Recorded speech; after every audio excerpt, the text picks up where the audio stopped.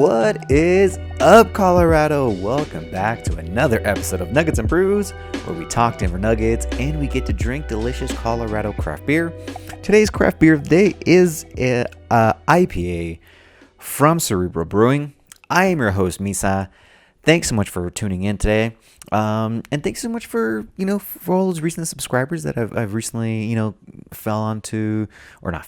stumbled upon my weird rambling of a podcast / show.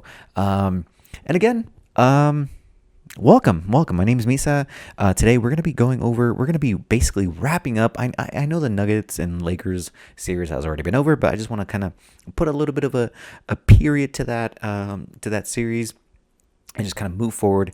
And we're going to be mostly spending most of the time previewing the Nuggets Minnesota series. And let's get right into it. Of course, the Nuggets did beat the Lakers, which was I think my prediction was Lakers in 5. Lakers in 5. What am I saying? What a dummy.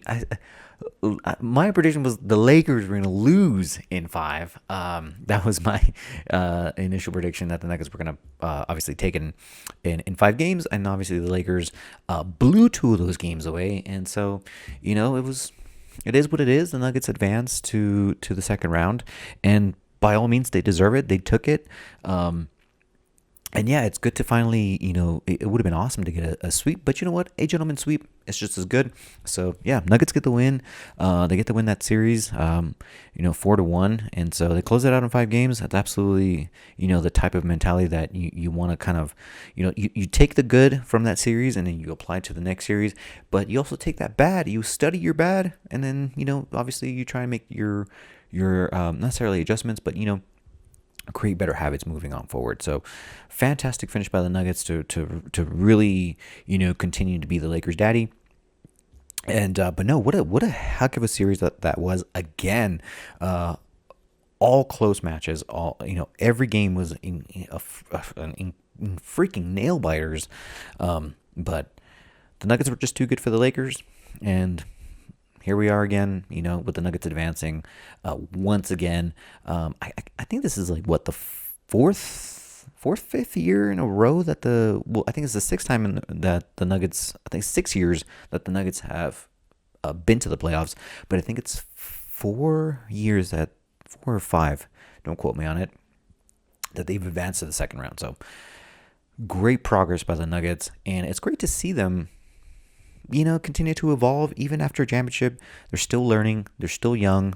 So great to see that from them, and for them to, get those really close wins, particularly against a really talented Lakers team. Let's not deny that, just because the Nuggets have had a little bit of the Lakers number, let's not forget this. If it was any other team but the Nuggets, that Lakers team would have probably won that series, or at least took it to 7 games, because, they are that talented.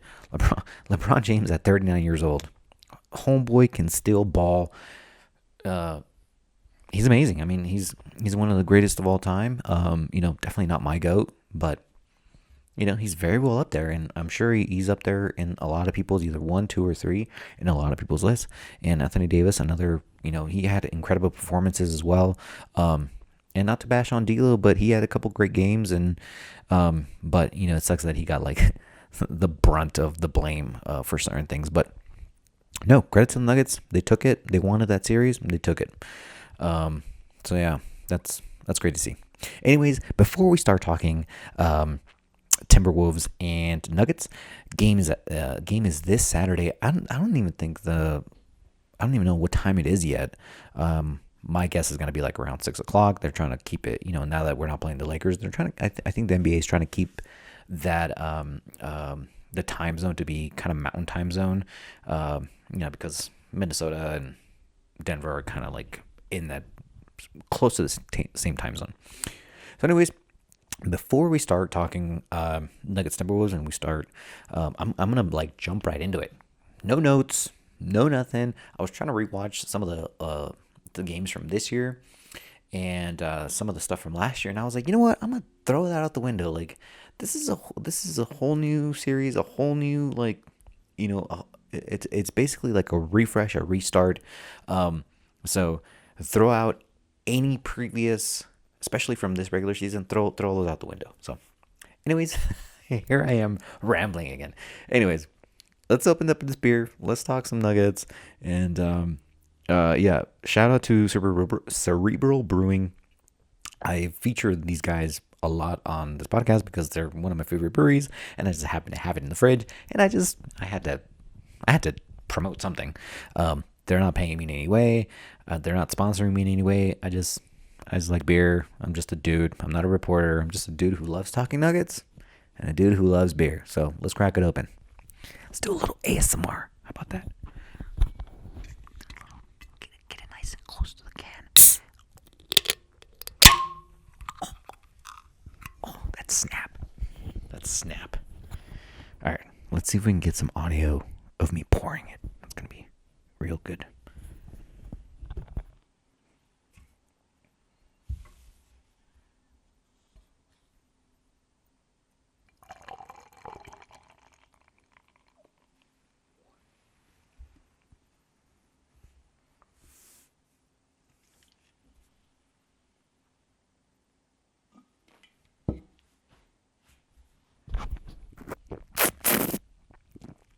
Oh, so this is a IP. This is basically like their. It's called a rare trait from Cerebral Brewing. It is an India Pale Ale, as you know. I love on my IPAs. It's a drink of choice in Colorado, but this is like their standalone, IPA that they always make. It's the one that they started out with, and it's not only is their best seller, but it's always my go-to whenever I just want something juicy, something delicious, something fresh, and something that's like not incredibly bitter, as some IPAs tend to be. So this is like absolutely refreshing, absolutely delicious. Definitely recommend it. And you can tell I'm a huge Cerebral fan because I also have multiple cups from them. Whatever, I'm kind of like those Apple, people who like they're all about Apple. They're like, I need to have my iPhone, my iWatch, my this, my iMac, my eyeglasses. But I ain't like that. I'm the opposite. I'm kind of like that, but with beer. You know what I mean? Like, gotta have my Cerebral. I gotta have it. Anytime I'm kind of close to there, I gotta stop, get my 4-pack, whatever. But check them out, Cerebral Brewing. They just don't do IPAs. They do all kinds of other different beers, and every beer I've had from there, they're fantastic. So check them out. All right, so let's jump into Nuggets Timberwolves. Whew. When I say I'm excited, I'm very excited. Again, I'm just jumping into this. No notes. I usually I'll do like a little bit of homework. Not even homework. I'll just, I'll rewatch some games. I kind of look at some stats and see, how do these teams compare? But in reality, both these teams are closer and very similar to each other than you think. Both have big stars that dominate the game one way or another. They have secondary stars that much like, well, kind of like Rudy Gobert and Jamal Murray, both didn't make an All-Star this year. Of course, Rudy Gobert is a former All-Star, but sometimes they don't get the recognition that they deserve. As well as Karl Anthony Towns, who's a fantastic shooter for being incredibly tall at 6'11", 7 feet. The dude is incredible. He's just a special talent who hasn't even unlocked his potential yet, which is another scary thought. So both teams are loaded with talent. They have a great starting five, but also they both have built their teams from the ground up with additions to free agency. Nuggets add Aaron Gordon, KCP. The Timberwolves add Mike Conley. They added Rudy Gobert last year. So they've added these like great veteran pieces, and they've also drafted very well. So both these teams are very similar. They both have weaknesses against each other, but they also have strengths against each other. And it's going to be very interesting to see what happens game one, because game one is going to be a bit of a feel-out game to see, okay, so they're going to be doing this, so let's try and do this. So it's going to be a lot of a big chess match for that first quarter, and then you're going to see the Nuggets and the Timberwolves kind of get into their groove, and you saw a lot of that, especially last year and some of this year where they kind of went at it. That first quarter, first, and like even in that middle of that second quarters, they tend to kind of really go back and forth, really kind of test each other, and I feel like it's gonna be those type of games where they're just kind of be throwing haymakers at each other, and it's gonna make for a really fun, interesting series from a basketball perspective of like just how this team are very similar to each other and how they play very similar to each other, because both teams really rely on movement and off-ball screens, moving without the basketball, pick and rolls.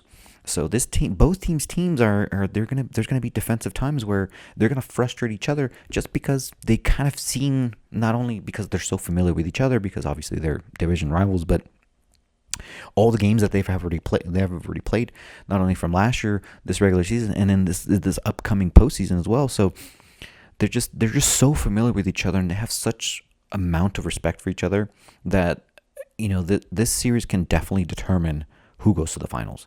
Because as much as we love to give Oklahoma City, who's like a young team and everything like that, they're not quite at the level that the Timberwolves and the Nuggets are, as far as size, sheer athleticism, and that absolute ball dominance when it comes to the defensive end, when they really want to turn it up. So Oklahoma City, if they can get out, they obviously made it to the second round. They swept their first round opponent, but they're gonna have to face a really hot Kyrie and Luka Doncic with the Mavs, or they're gonna have to play a loaded roster in the Clippers. We'll see which one comes out of that round. But you gotta take care of business first, which is Minnesota. So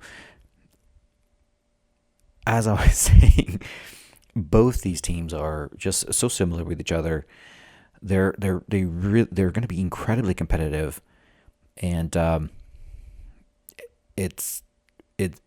feel like it's going to be another all timer series, and this one might actually go 6-7 games. Just base. I would be incredibly shocked if either team wins, under 5 games. I will be incredibly shocked.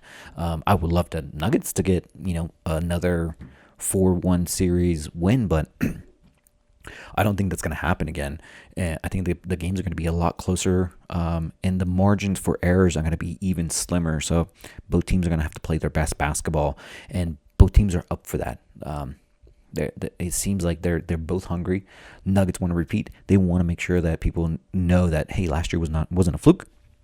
And the Timberwolves, they had something to prove this year as well. They hadn't gotten out of the first round of the playoffs in, I think it was like over 10 years or something like that. The last time they won a first round series was, I think it was back when Kevin Garnett was still there. I mean, that's a long time ago. So they also have something to prove, and they also want to build something, for not only for themselves but for their fan bases. And so they're still trying to build. And so just like the Nuggets, they're ahead of schedule.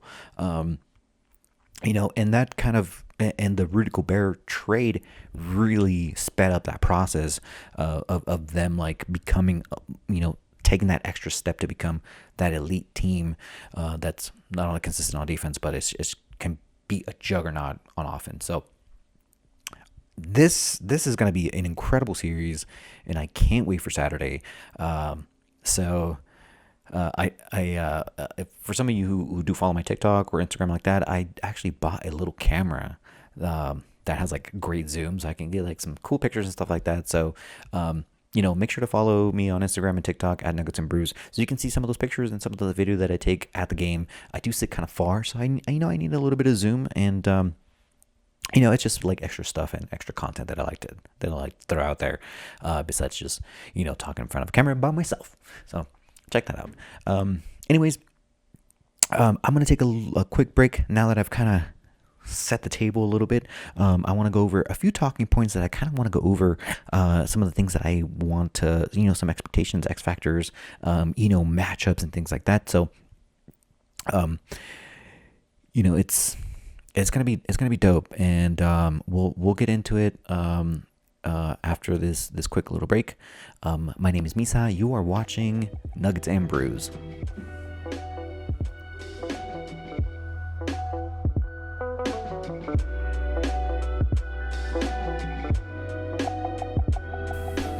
What is up, everybody? Welcome back to Nuggets and Brews. My name is Misa. I am your host for tonight.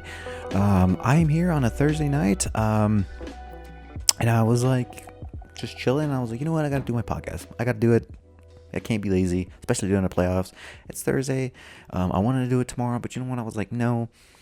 You know, my birthday was like yesterday, and I didn't get a chance to do one yesterday because it was my birthday. And then Friday, my family's taking me out to dinner, so I don't think I'm going to have time tomorrow. So I was like, I got to do it today. Anyways,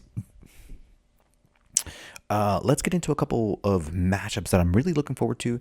That it's more of a rematch, honestly, because, you know, Nuggets Timberwolves. The Nuggets defeated the Timberwolves last year. You know, it was like a 4-1 series win. But the rematches and the matchups that you're obviously going to see again. And there's two of them, basically. It's almost like a weird double team type thing, but Jokic versus Rudy Gobert and Carl Anthony Towns. Carl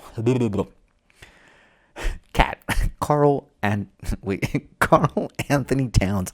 Oh my God, why am I having such a hard time saying that name? So yeah, Gobert, Cat versus Jokic. And the reason I say it is because you saw it a lot last year where you had one or the other. You either had Carl Anthony Towns on Jokic or you had Gobert with either Gobert or Cat roaming, you know, as a help side defender, which in turns, like, that did cause a lot of disruption for Jokic, you know, and it's very physical. I mean, you have to go, you basically have to play 2-on-1 in certain scenarios. That's if they actually want to help, cheat off a little bit. And that's where movement and cutting and off-ball screens are really going to be effective against this team, because you're going to need to create some sort of like movement, cuts, and things like that when Jokic has the ball, especially if whoever is rotating over or helping, helping off from that dunker spot or wherever Carl Anthony Towns or Gobert is coming from. So that's going to cause a lot of disruption, and it's going to be interesting to see just how Jokic handles that again and just adjusts to it on the fly, but also as the games progress. That's going to be very interesting to watch because, as we all know, Jokic is as smart as he is and as talented as he is susceptible to turnovers. But the one thing you just want to do is just limit those turnovers to a minimum so that they don't convert on the other end and just, give Minnesota a little bit of like running lanes on transition and things like that. So you just want to make sure that if you're Jokic, you're going to have to slow yourself down just a little bit extra. And obviously Jokic plays at his own pace, but sometimes he tries to do just a little too much because he's just that type of player. He's incredibly unselfish and wants to get everybody involved. But sometimes just if Jokic can just limit those mistakes whenever he has to go up against those two, I mean, he's going to figure that out eventually. And the Nuggets did kind of figure it out last year, but it's going to be interesting to see just how different it's going to look now. Now that they've kind of seen that last year, are they going to go back and try and do the same thing and see if maybe that, creates different results? I don't think so. I just wonder. I wonder if like they're going to be using Cat a little bit more on Michael Porter every once in a while. I don't know. It's going to be very interesting to see like just kind of what they do with those two. But again, I think they're just going to mostly be focusing on Jokic. But who knows? This could be a big Aaron Gordon, Michael Porter game because, like I said before, Nuggets have, some strengths against the Timberwolves and the Timberwolves vice versa. So we'll see what Aaron Gordon, and we'll see how he feels. We'll see how physical he wants to get into it. But also, I hope Michael Porter continues like this great play that he's had recently where, I mean, he's been probably the second best player and he's been the most consistent player out of all the Nuggets. Like he's had, double digits pretty much throughout every game, but also he's had some huge moments as well, making big shots and stuff like that. So it's up to Gordon and Michael Porter to be able to move the basketball in those situations where Jokic just kind of has to. He's getting a little not necessarily flustered, but he's having to make that extra read because he has Gobert and he's got Karl Anthony Towns to worry about in that help side. So that's going to be the very interesting matchup, in that front court. Now moving to the back court, with Jamal Murray. And I would include Michael Porter in this as well because he kind of does play a little bit, even though he's a huge small forward, he kind of plays a little bit like a guard, mostly because his incredible shooting, and he's usually spacing the floor out in the three. He likes to hang out there, but now you move on to the chess match of Jamal Murray, KCP. So the one matchup I'm looking forward to is like that Jamal Murray versus two other defenders, which would be Jaden McDaniels and is it Jahil? Wait, Alexander Walker? I can't remember his first name, but both excellent defenders. Jaden McDaniels a little bit of a taller defender, but both McDaniels and Alexander Walker, they're just incredibly long. They have great length, and they're very athletic, they're very physical. So those two are going to be mostly trying to guard Murray. It seems like Murray had a little bit more success in the last meeting of the last home game against Minnesota, so it's going to be those two versus Murray, and you're definitely going to be seeing like obviously both of them switch back and forth, or they're going to be seeing like one-on-one here and there.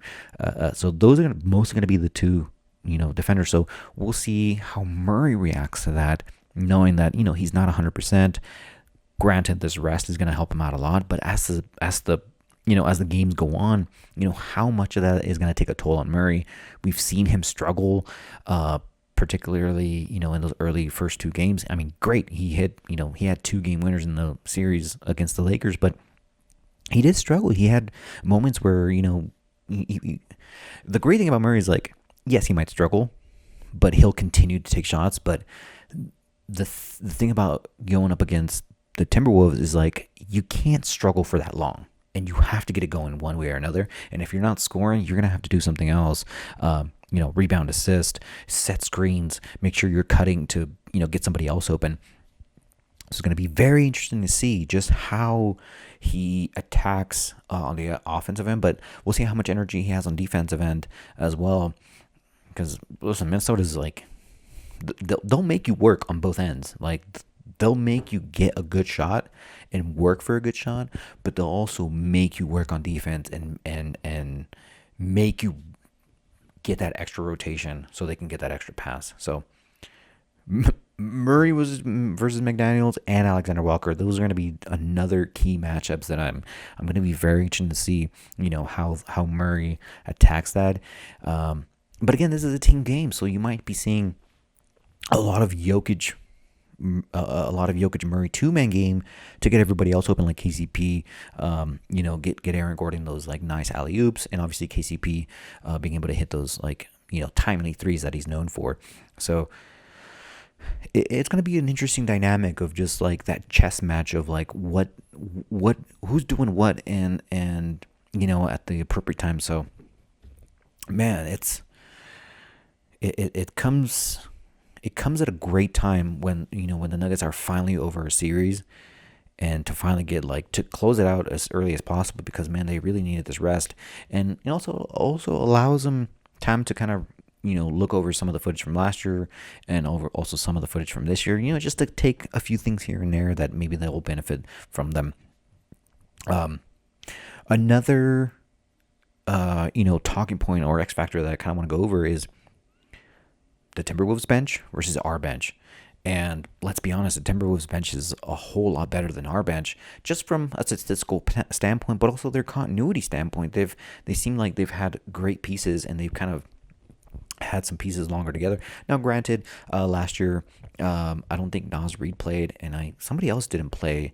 that many minutes, or somebody was injured last year. I think it was Alexander Walker or Gene McDaniels. One of the two was injured last year for a few games or something like that. So it wasn't, but now everybody's healthy. Now everybody's healthy. Their bench is healthy, and they seem to be deeper this time. And they're long. They're also long. They're very smart. They have Slow-Mo on there. What's his name? What is Slow-Mo's name? Kyle. No, is it Kyle Anderson? I don't know.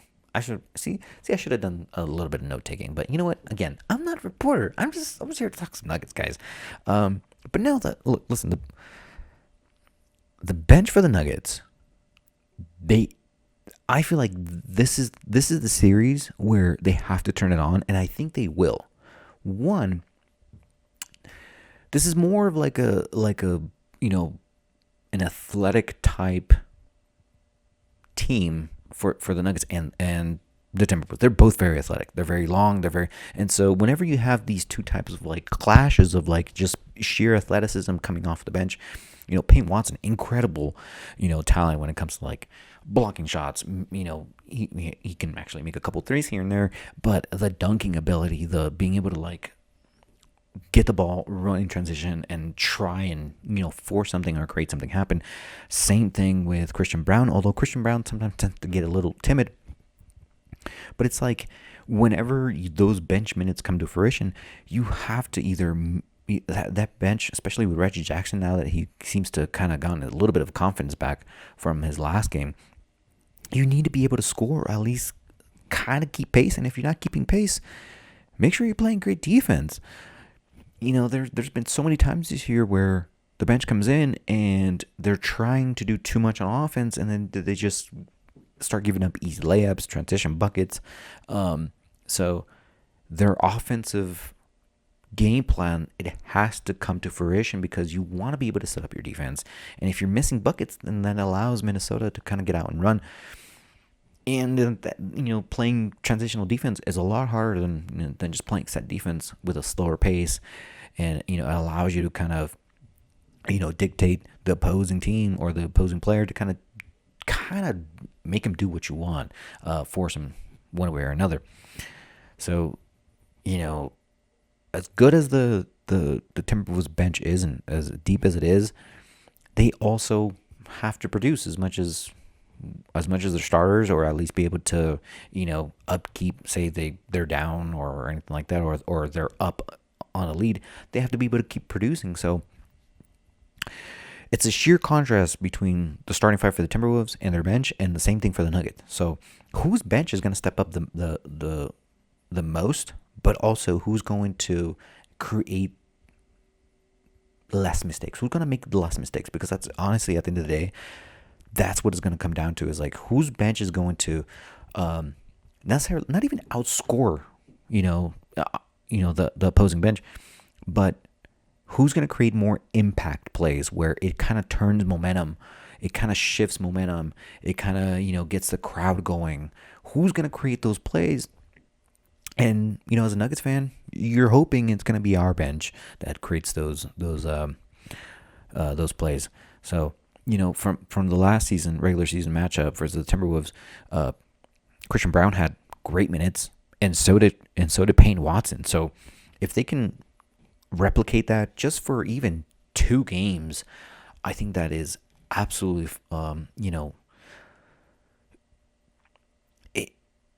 it's so important for these guys to not only have great confidence anytime they're on the floor, but for their focus level to be at an all-time high. We're asking these young players to grow up incredibly quickly, and we'll see if they're up for the task. That is the biggest difference between the Nuggets bench and the Minnesota bench, who has a little bit more veteran leadership, a little bit more veterans, older players that kind of been around the block a little more, and they're just as athletic as the Nuggets bench, who isn't.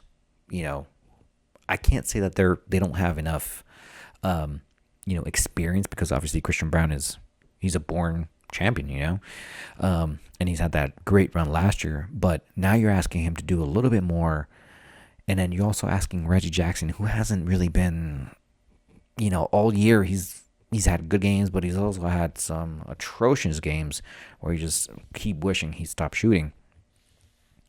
So we'll see. I mean, that is going to be my biggest X factor, and hopefully, you're hoping that it the bench doesn't play as bad, because also because of how big and physical Minnesota is, you're definitely going to see a lot of DeAndre Jordan minutes.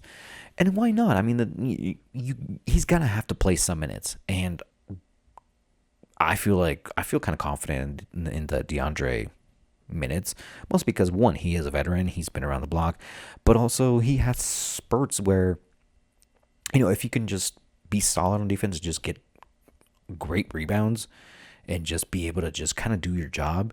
Because at the end of the day, say Rudy Gobert is in with the bench or going up against the bench and he has to go up against DeAndre Jordan, it's not like he's having to cover Anthony Davis, who is like a much better offensive player. So there is that dynamic that you kind of have to, accept, and just hope that DeAndre has great minutes. So you'll definitely see some DeAndre. This will be a great series for Justin Holiday as well, another great veteran who can definitely shoot the ball and give you some solid contributions off the bench.